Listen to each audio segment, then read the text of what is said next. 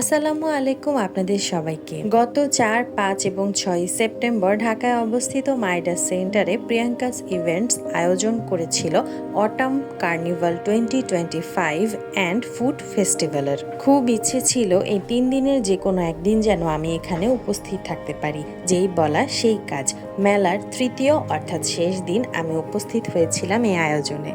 শু, jewellery, cosmetic item, perfume, দেশি বিদেশি বিভিন্ন পণ্য সবই ছিল এই মেলাতে। এখন আমি দাঁড়িয়ে আছি একটি পারফিউমের স্টলে। যেহেতু শেষ দিন অর্থাৎ ৬ সেপ্টেম্বর ছিল সরকারি ছুটির দিন, তাই বিক্রেতারা আশা করছিলেন যে ক্রেতাদের সংখ্যা বাড়বে।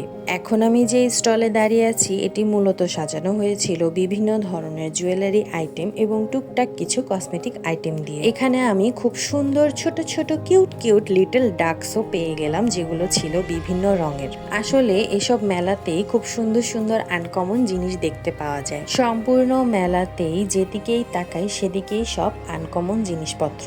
সম্পূর্ণ মেলা ঘুরতে ঘুরতে আমি গিয়ে পৌঁছালাম আর্টিসিন বিডি নামক একটি পেজের স্টলে। তারা মূলত সব ধরনের অথেন্টিক কসমেটিক গুলো তাদের পেজে বিক্রি করে থাকে এবং এই পেজের ওনারাপুর ব্যবহার কিন্তু খুবই অমায়িক। আবার দেখা হবে অন্য কোনো ভিডিওতে।